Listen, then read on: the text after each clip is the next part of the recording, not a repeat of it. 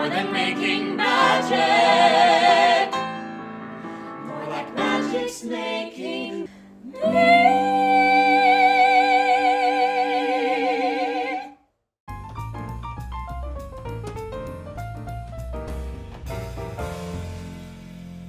I was at home in my office, and there were obviously a number of things that were happening simultaneously that I wasn't aware of. I'd been aware of the Drama Desk Awards all my life because I've always taken a passionate interest in theatre, not only in London, where I hail from, but also in New York, which I'm now fast growing to consider my second home.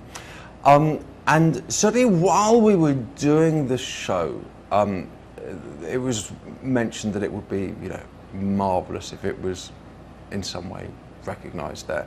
And it was explained to me that the unique thing about the Drama Desk Awards is that they consider Broadway and Off-Broadway and Off-Broadway within the same categories.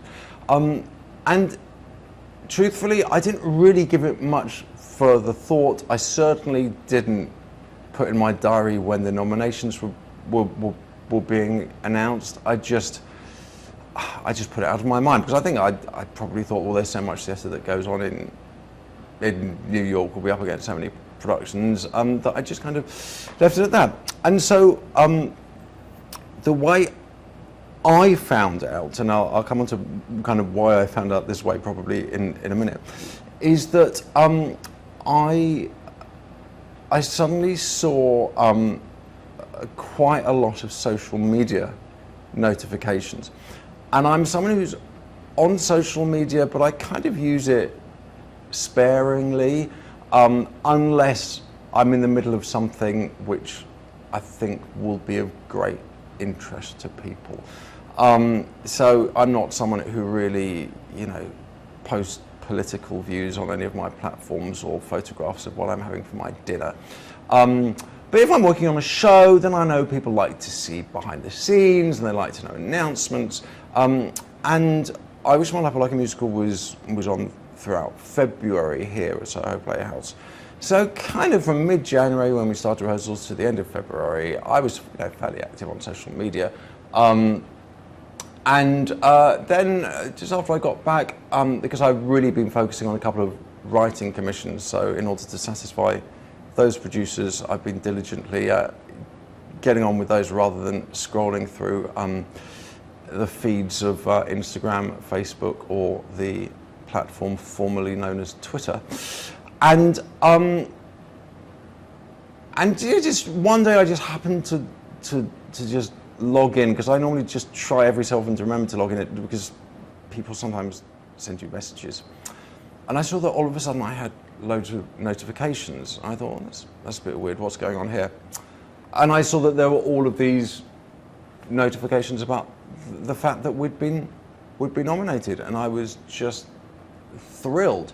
I should say that simultaneously what was happening is, because I'm the writer of the show that was nominated, I Wish My Life Were Like a Musical, but there was a far bigger team. So there was obviously our cast, and there was our director choreographer, and the wider team, including the team at SoHo Playhouse and their PR person. So kind of quite rightly and understandably, I was actually, although I wrote the show, the kind of details of the nomination were going through the proper channels, if that makes sense. Because what happened was there was a live stream where a couple of big Broadway stars were running through the nominations, which again, I wasn't aware was happening. I mean, of course, retrospectively, I made sure I watched it.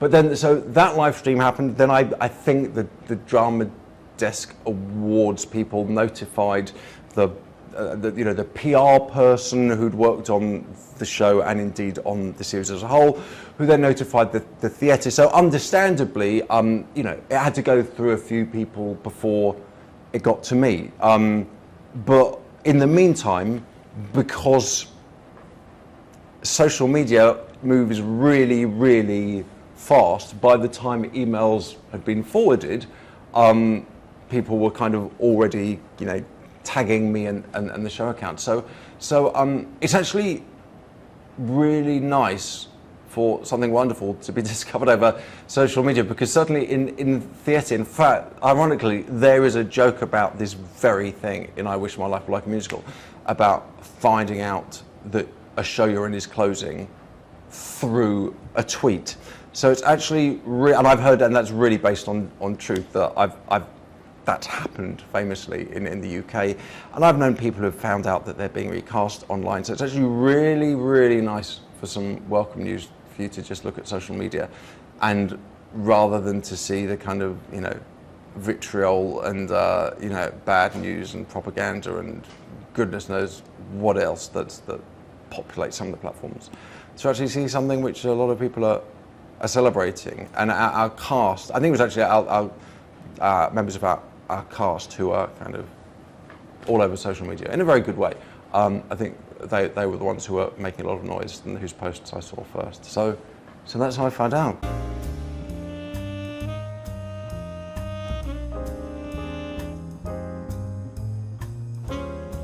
Well, there are a few things which inspired me to write it. One key incident was that a number of years ago, another show of mine was performed on a cruise. And I was on the ship for a couple of weeks, and every night at dinner time, we'd sit at a large table, kind of cast and creatives. And something I would notice is that passengers would gravitate towards our table and want to speak with members of our cast, and they wanted to know what it was really like to be a theatre performer. And something which quickly became apparent is that a lot of these people seemed to have a lot of well-meaning but actually completely erroneous assumptions about life in the theatre. That, for example, even the lowliest chorus member would be chauffeured from their front door to a stage door in their limousine, that when a show goes on the road around the country, they'll put up in 5-star hotels. And they seemed genuinely fascinated to learn that the reality was actually a far cry from that.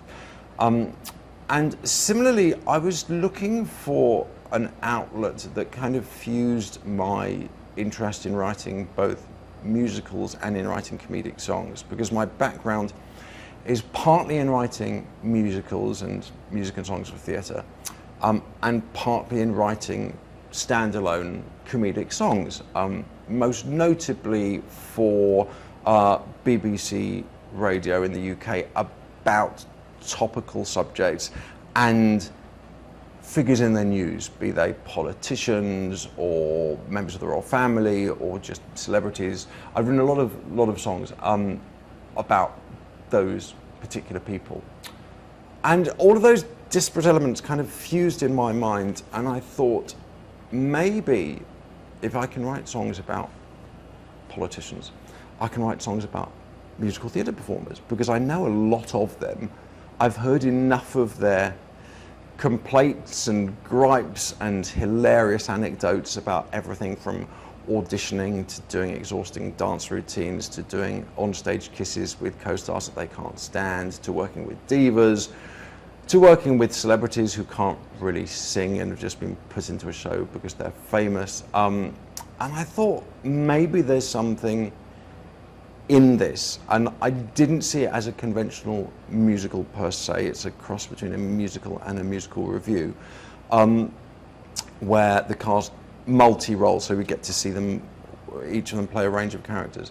And I just went from there and just came up with all these scenarios, such as those I just described, and others, and really just plied my performer friends with questions about, you know, what it was like to have a crazy fan, what it was like to be stuck in the ensemble when they'd prefer to play the lead. And the show just grew from there.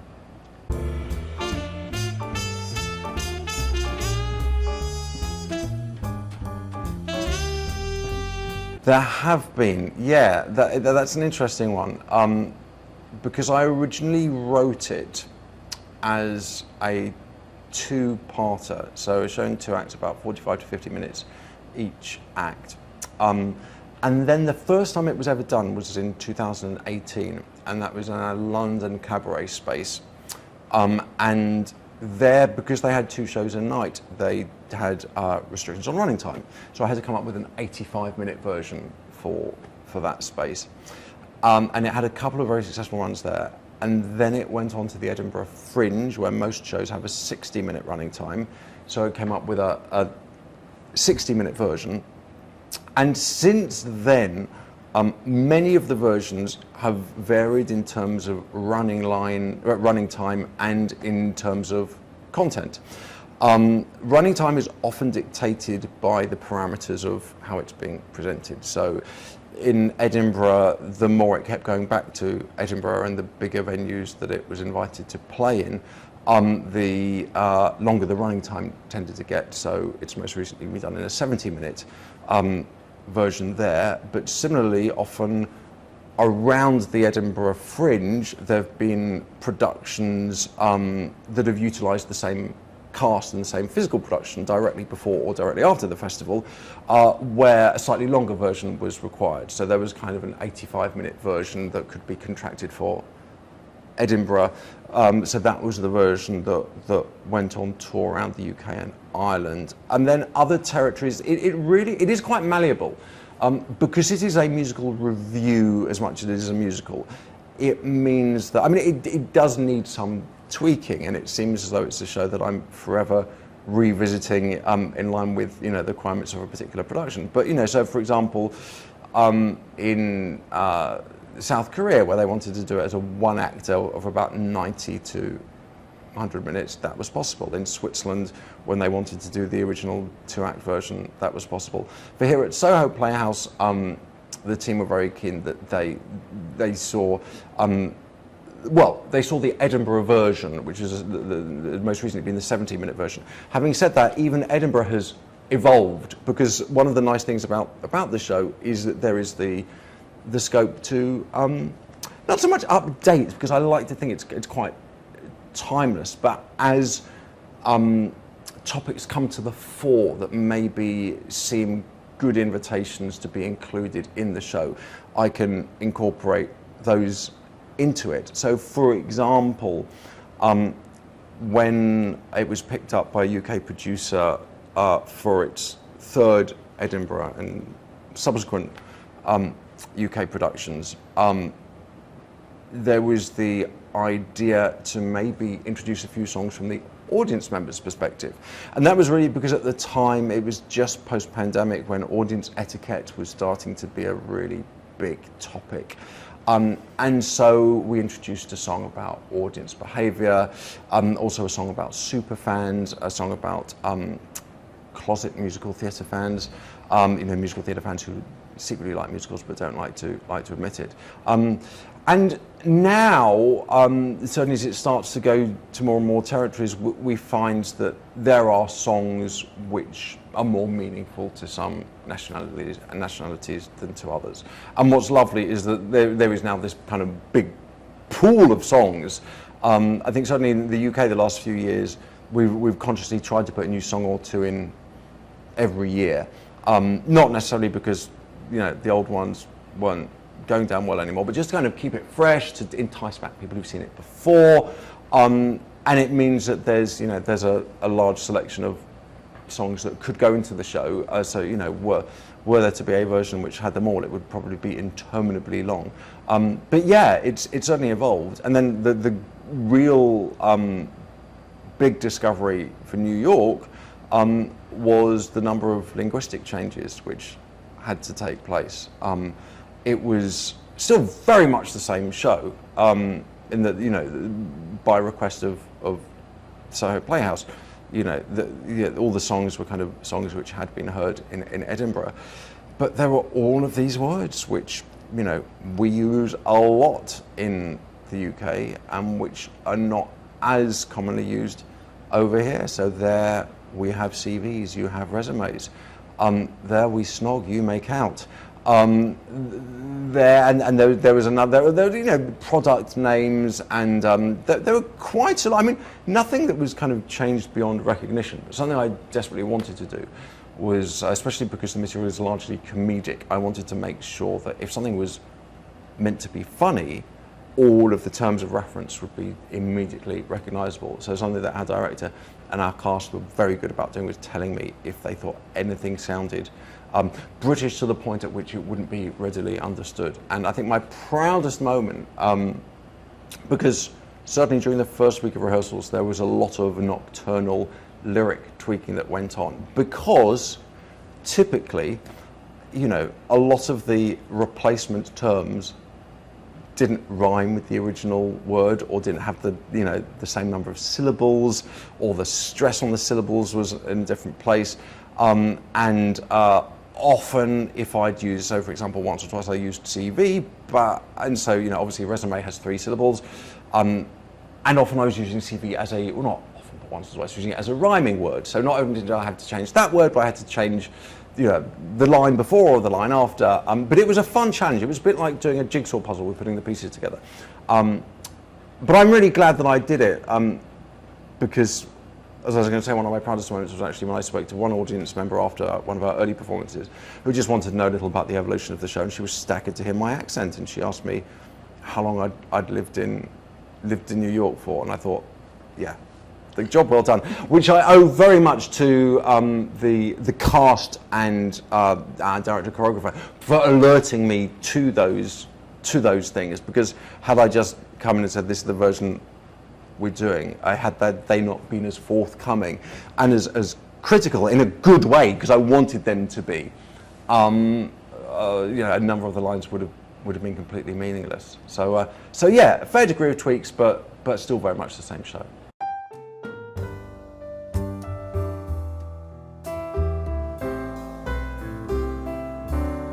The thing about Edinburgh is, after the show's initial couple of runs at this cabaret space in London, so many people were saying to us, this would work really well in Edinburgh.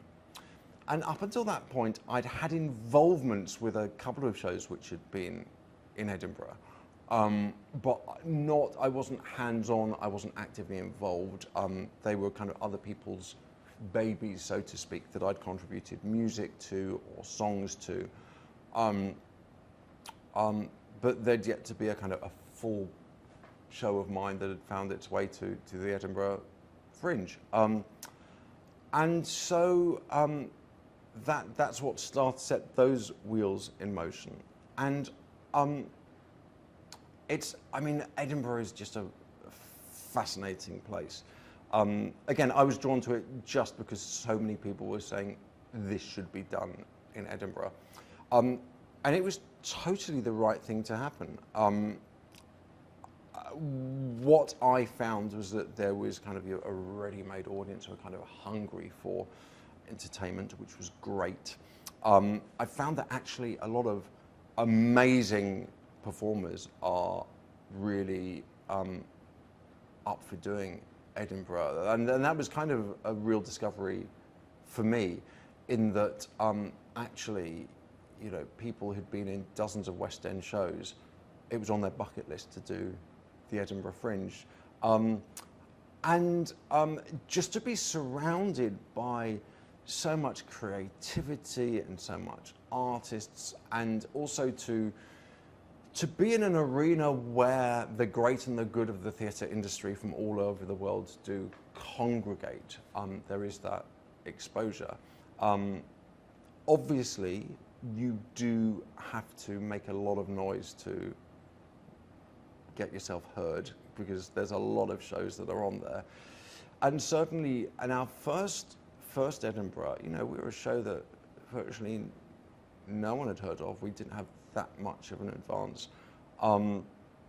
We were in a venue that I was worried was too big, at a time slot that I was told wasn't particularly favourable, but it was all we could get for this unknown show.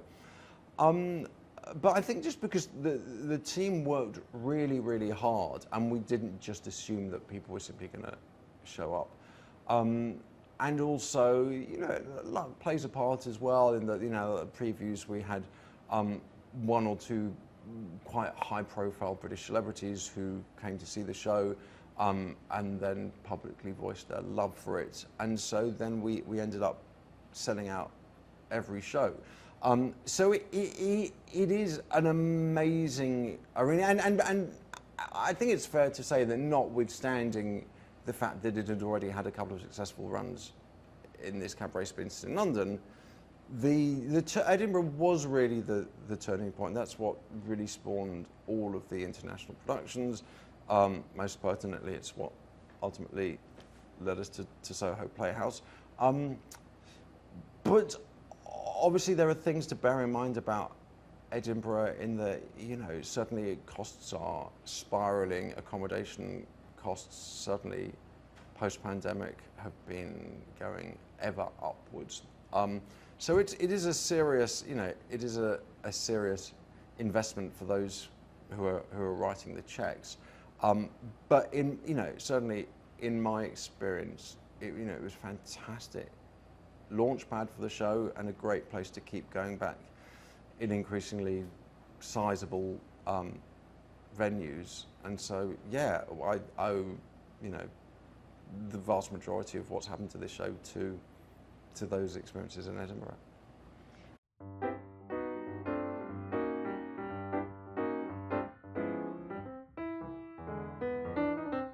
Well, it was, you know, obviously something I'd always wanted to happen to the show, and the team from Soho had actually seen it a number of times through its various iterations in Edinburgh, and we'd often spoken about trying to make it work. And I was thrilled when it came to fruition. I think one of the things that kind of enabled it logistically to come to fruition was that the version that was mounted here, although very much the same show, was a version that, although I came over to musically direct it and to do those late night rewrites, was an entirely American team apart from myself. So our cast based in New York, our director choreographer was based in New York. They are all still based in New York, I should say.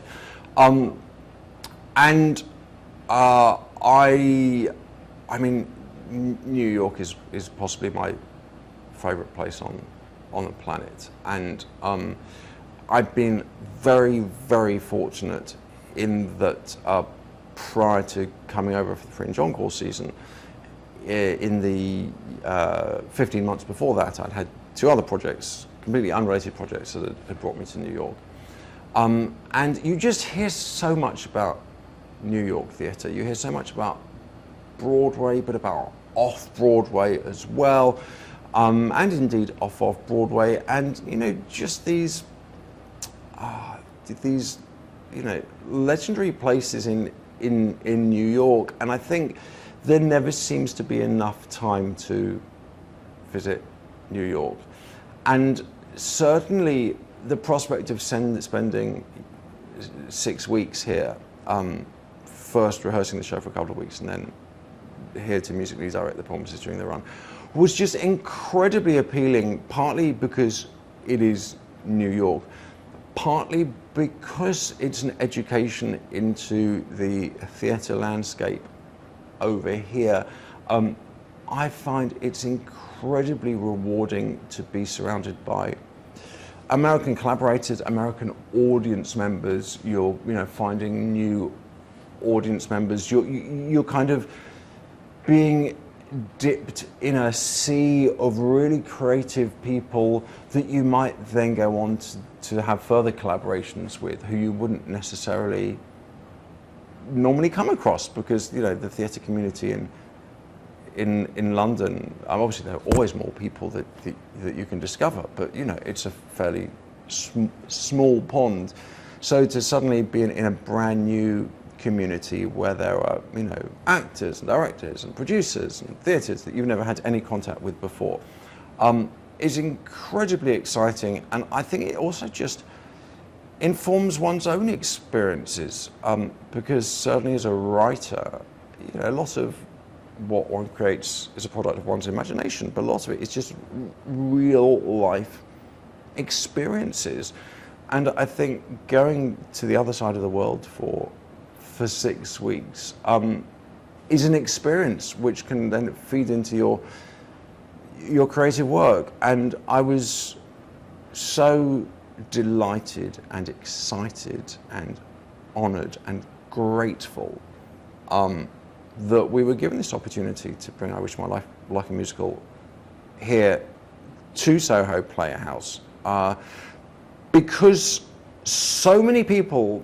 had said after seeing the show in its various iterations, this would work really well in the United States. And I had, a number of conversations, but, the SoHo Playhouse were the first team who really, put their money where their mouth was and said, right, let's make it happen. And, please God, it will be the first of other iterations of the show over here and other opportunities stateside for my wider work.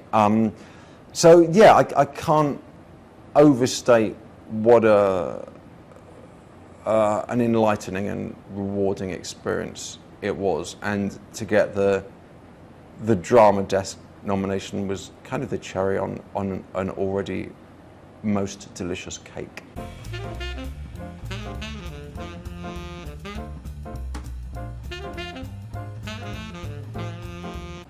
Well, something that I always find very exciting about being part of a festival, and that was particularly so for the Fringe Encore season here at SoHo Playhouse, is that you're actually surrounded by other practitioners, other performers doing their shows.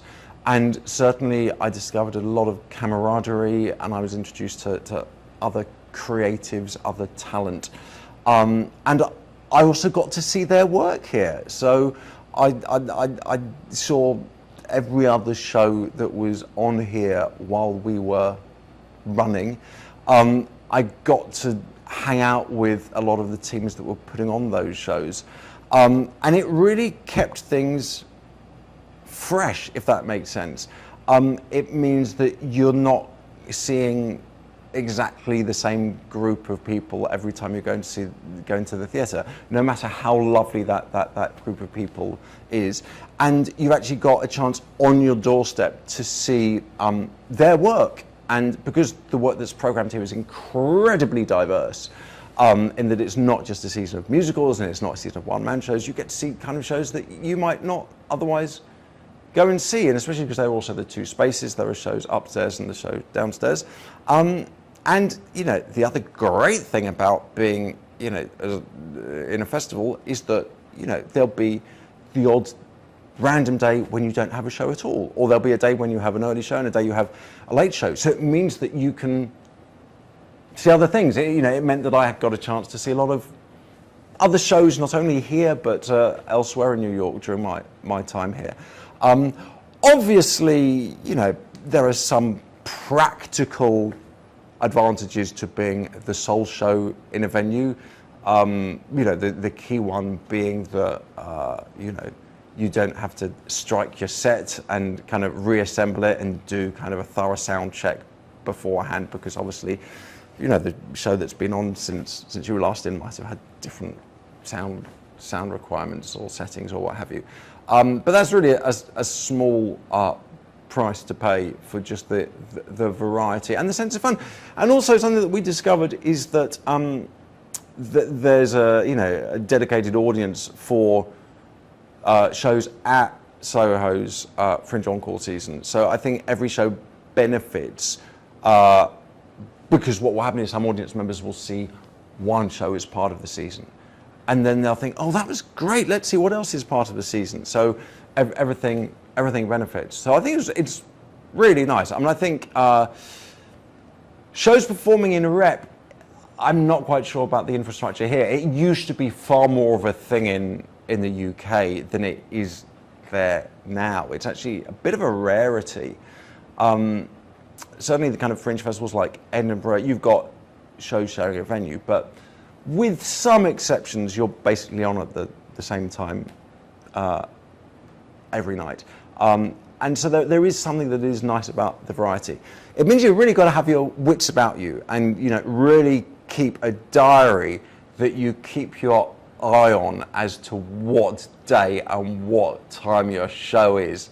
Because just because it was 7 o'clock one day doesn't mean it will be 7 o'clock the next day. And just because it was 5 o'clock one Sunday doesn't mean it will be 5 o'clock the next Sunday. So yeah, it keeps you on your toes.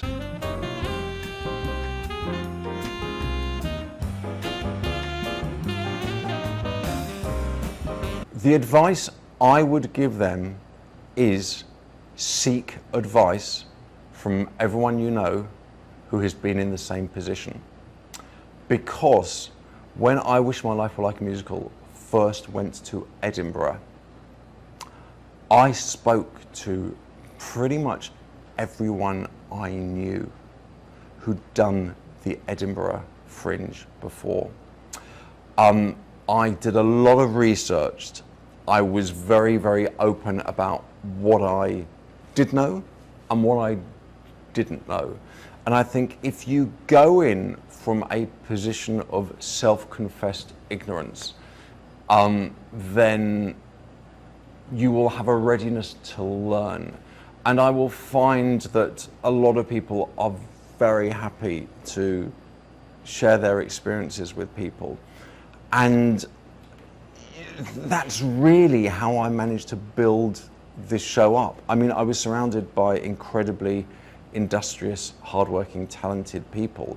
But I had numerous coffees and telephone conversations and email exchanges with people who were far more familiar with the Edinburgh landscape than I. And the worst that can happen is you'll ask someone if they'll give you advice and you don't hear back from them. But the chances are that if you ask enough people, some people will share what they've learned. So my biggest piece of advice is seek advice. Find out how other people have done it, reach out to them. One of the wonderful and terrible things about the world as it is at the moment is that social media and electronic communications has made the world a much smaller place. There are lots of online resources, social media groups, WhatsApp groups, where people are happy to share. So I would say just be very transparent about what you don't know, be ready to learn and just seek advice from people.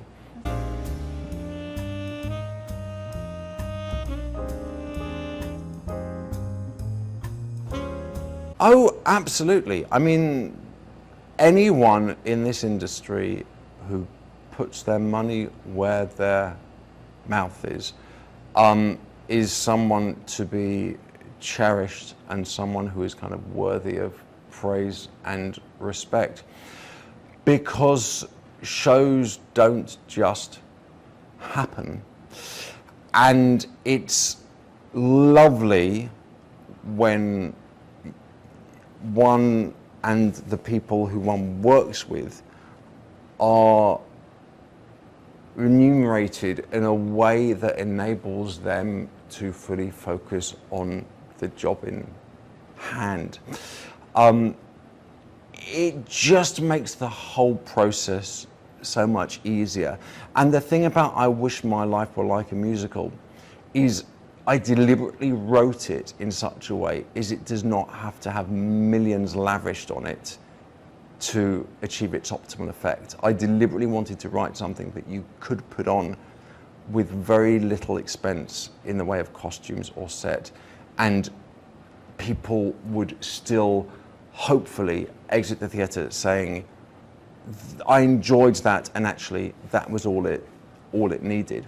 But nothing is free, especially in New York. It's a very expensive city.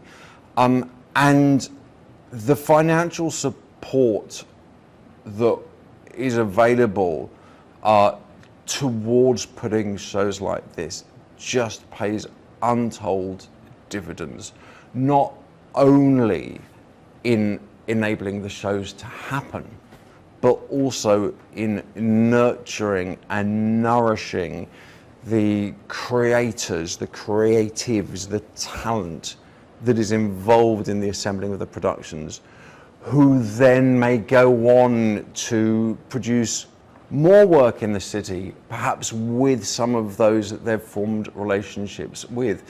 Art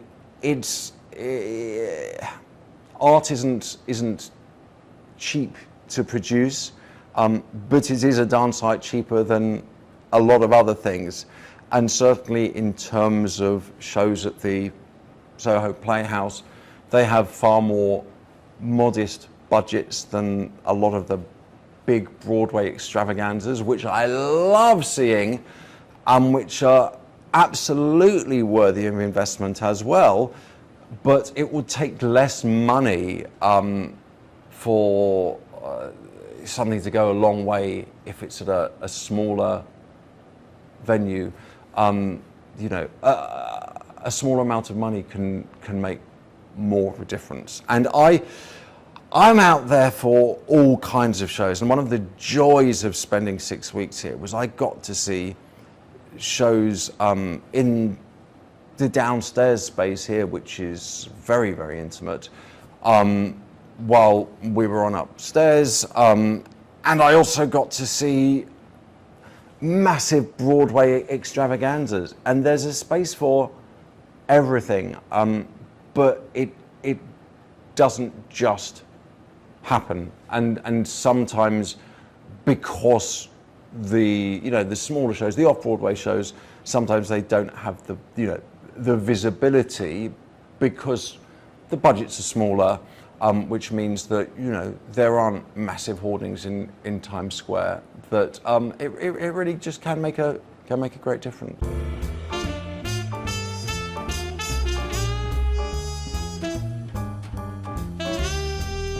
Well, we are actively having conversations about what might be next for the show over here. I mean, we were thrilled with the reviews that it garnered. We were thrilled with our Drama Desk nomination. And so many people seem to have responded to it so enthusiastically that we are looking into what is next for the piece over here. Watch this space. In the meantime, I continue my work as a composer lyricist, so I'm very fortunate in that I've got a couple of commissions at the moment for productions which will be running, at least in the first instance, in other territories. So one will be opening later this year in the UK, another will be opening next year in Switzerland. Other than that, I'm just receptive to any opportunities that come my way.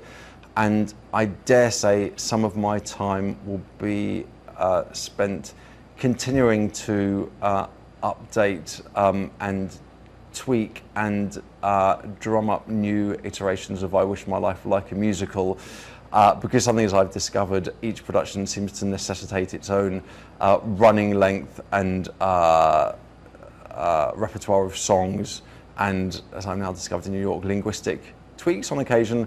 So I'm sure that some of my time will be spent on that. I don't think it's a show that I'm going to be able to kind of let go and see go into the universe. I think I'll still need to be doing some refinements in line with whatever requirements of any productions in different territories are from this point on. But I like to be creative. I like to work with exciting collaborators, be they producers or directors or performers. So I'll just be continuing to explore opportunities for future collaborations, not only the pieces that I'm working on at the moment, but other ones that are yet to be dreamt up, and continuing to explore opportunities for I Wish My Life Were Like a Musical in the United States and indeed internationally.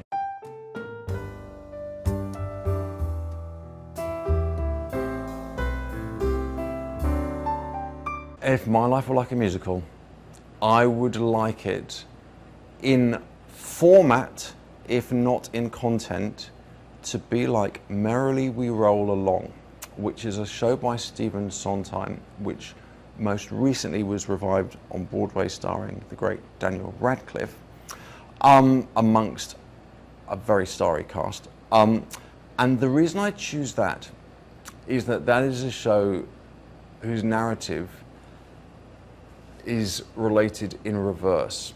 So rather than going chronologically, it goes reverse chronologically. So you see the end of the story first and you work your way back to the beginning of the story. And I think it would be wonderful if in real life we could get old age over and done with. The infirmities, the disadvantages, the prejudices, the health problems, the mobility issues that often accompany old age, and have youth still to look forward to when you're young and sexy and have get up and go, and the world is your oyster and the future is a realm of infinite possibility. It would be lovely to have all of that to look forward to and to get all of the rubbish. I'm not saying that turning old is rubbish, but I think rubbish things do accompany turning old. As the foremost interpreter of my favorite songwriter's work said, the interpreter being Meat Loaf, the songwriter being Jim Steinman. Even though a lot of my work doesn't bear that much resemblance to the work of Jim Steinman, growing old certainly isn't for wusses. And it would be nice to have that at the beginning of one's life and know that there was a way through it to a time when you didn't have any financial worries or other worries that go on with being a responsible adult or even an irresponsible adult.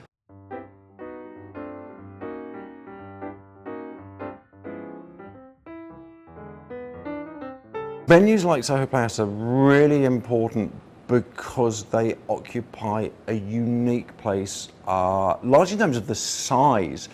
I think I'm right in saying it has 178 seats, which means that it's not a tiny room, but similarly, it's not a massive 1,000-seater. And I Wish My Life Were Like a Musical is a show with a cast of 4. It was never conceived as something which would be done in stadia, but it's also something which, although it started in a much more intimate space, has kind of outgrown those spaces somewhat. And there aren't actually that many spaces which kind of occupy a sweet spot that are actual theatres. They're not just kind of rooms, certainly in the UK, with no disrespect to such venues, but there are a lot of venues which are kind of literally rooms above pubs or rooms at the back of pubs. There are probably some that are rooms under pubs, but I can't think of any that spring to mind at the moment, but I'm sure there are.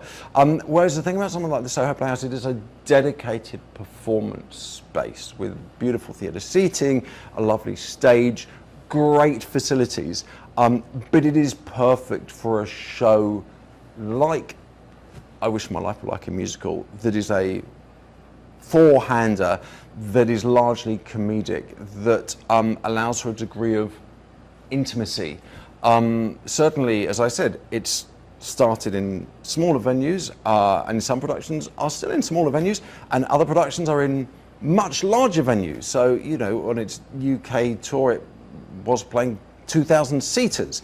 But there is something that's lovely about venues like the SoHo Playhouse in terms of the immediacy, the intimacy, having that connection with the audience, and also just afterwards, just the you know, having the opportunity, you know, when you come out of the stage door, there's just this kind of immediacy of people just hanging out together.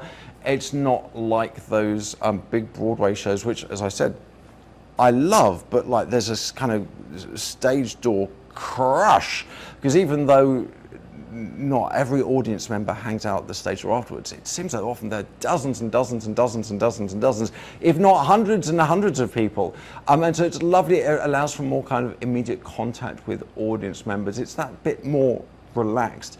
So I think, yeah, they occupy a vital space. And I think when people think of New York, the first thing they think of is Broadway.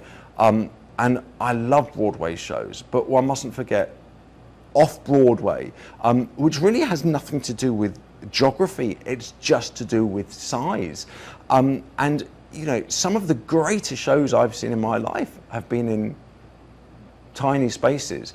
I think there's room for everything. I've seen fantastic shows in big spaces. I've seen shows that I've hated in big spaces. The same goes for small spaces, but I think you never know what's there. But the lovely thing about the SoHo Playhouse is even if you're in the back row, you don't feel like you're in another building, which you can do at some of the more cavernous venues.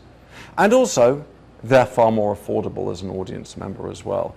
I mean, nothing is cheap, and certainly nothing in New York is cheap, and certainly there are ways and means to get discounted Broadway tickets, but by and large, I think it's fair to say that a ticket to a show at SoHo Playhouse will make less of a dent in your wallet than some of the costlier extravaganzas that populate the city.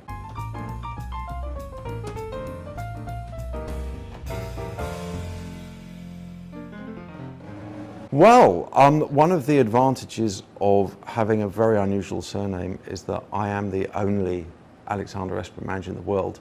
So I'm very easily findable on social media, as is the show, I Wish My Life Were Like a Musical. Or failing that, people can simply go to bermange.co.uk, which is bermange.co.uk.